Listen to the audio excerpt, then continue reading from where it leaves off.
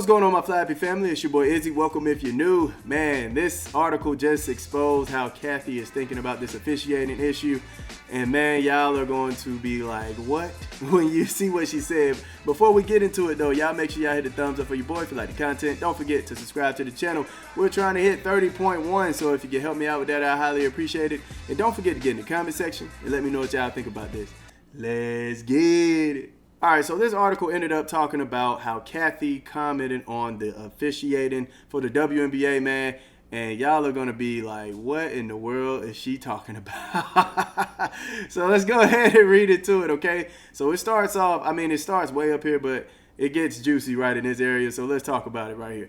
WNBA Commissioner Cathy Engelbert addressed those concerns along the other league topics during a recent media session. They're talking about the officiating, basically, right? The questionable officiating. Her comments on the issue were clear, all right? So this is what she said right here. There's always room for growth and improvement in officiating. I do find it interesting when you sit in the chair I sit in that no winning team ever complains about officiating. No losing team ever doesn't complain about officiating. It's a no-brainer. It's a no-brainer. If I'm winning off of the bad officiating, why would I say something about it? Why would I say something about it, man? I think the Indiana Fever has the worst whistle. All right, they have the worst whistle, fam. The worst. Even with the win last night, I blankly saw them giving and ones after and ones after and ones after and ones, man. Now, shout out to them for finishing the play. Like I said in my video last night, I always give players props for finishing and trying to go for the basket and not trying to win an Oscar. I give them props every time. But, fam, I'm talking about phantom foul after phantom foul. It was ghost fouls, man. Ghost fouls left and right, and it was clear to see that they were just calling fouls because players were falling. Paige Bueckers had so many ghost fouls, man. It was ridiculous. I'm like, dog, how many times are y'all going to call foul on a no foul? And what's embarrassing for them is that after the play happens, you get an instant replay on what they called a foul. So the chat now, we're sitting there, we're just like, dog, nobody even touched her. Nobody touched her, dog. So how is that a foul? How is that a foul, man? Oh, my goodness. It was terrible.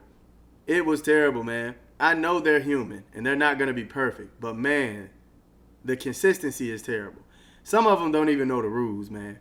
I remember there was a moment where it was a jump ball, and Alyssa Thomas had to tell the ref, which way she's supposed to be facing. I'm like, dog, y'all don't even know that part. Fam, it's bad, man. It's bad. I remember Monique, she was just celebrating, making a shot. I think she made an and one. She got up, and she did yeah, that's what I'm talking about. She hit the stanchion right under the goal, right? She said, yeah, that's what I'm talking about. They gave her a tech for that. They gave her a tech for that, y'all. I'm like, man, can the players express themselves? My goodness, man. Y'all want robots out there.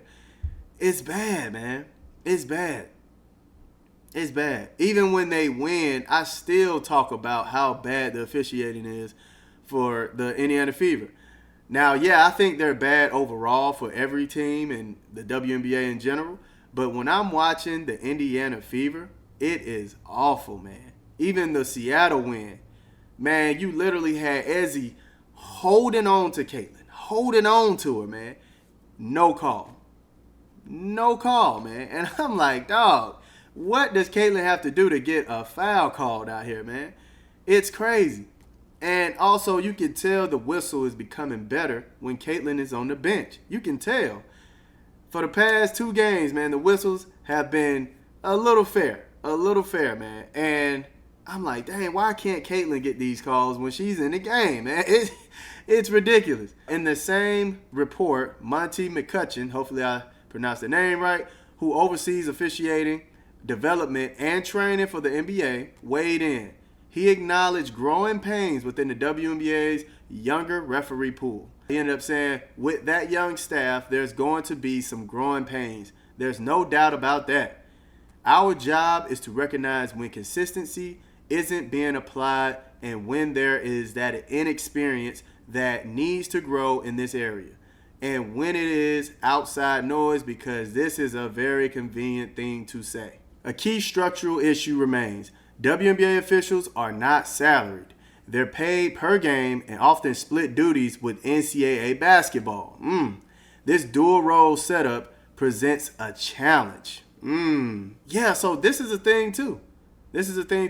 Now, my whole thing is, I get it. Even if they're not paid that much, they are still signing a contract. You have to come out and perform, man. If you don't like the money, don't do it. All right? Don't do it. That's it. It's as simple as that, man. It's as simple as that. Let's keep going.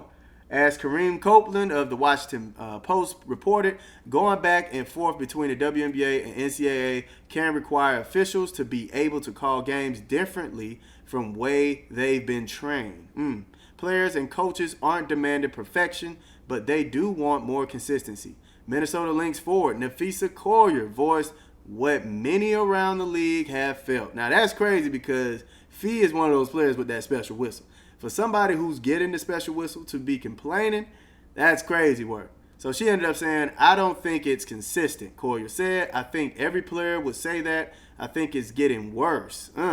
I'm just going to be really honest about it. It's a conversation I've tried to have with Cathy Engelbert and others. It's something we have to get better at.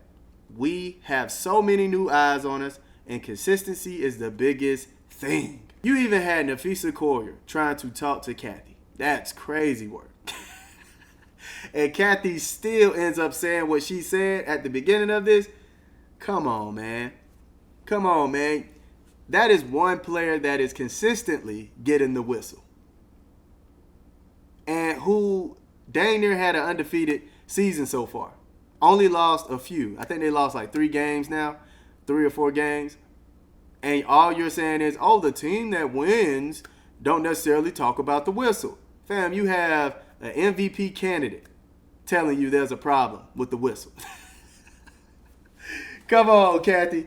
You're looking crazy right now, man. What is going on? With the WNBA preparing to expand in the coming years, how the league handles officiating will be a major storyline for Engelbert and her team moving forward. Now, Cathy already admitted that she don't necessarily know how to really run this league. She's not really accustomed to doing something like this. You can tell some of the refs really don't know what they're doing. They don't know what they're looking at. Look at how long they take looking at replays when they're challenging plays and things like that. When stuff like that is going down, look at how long they are at that monitor.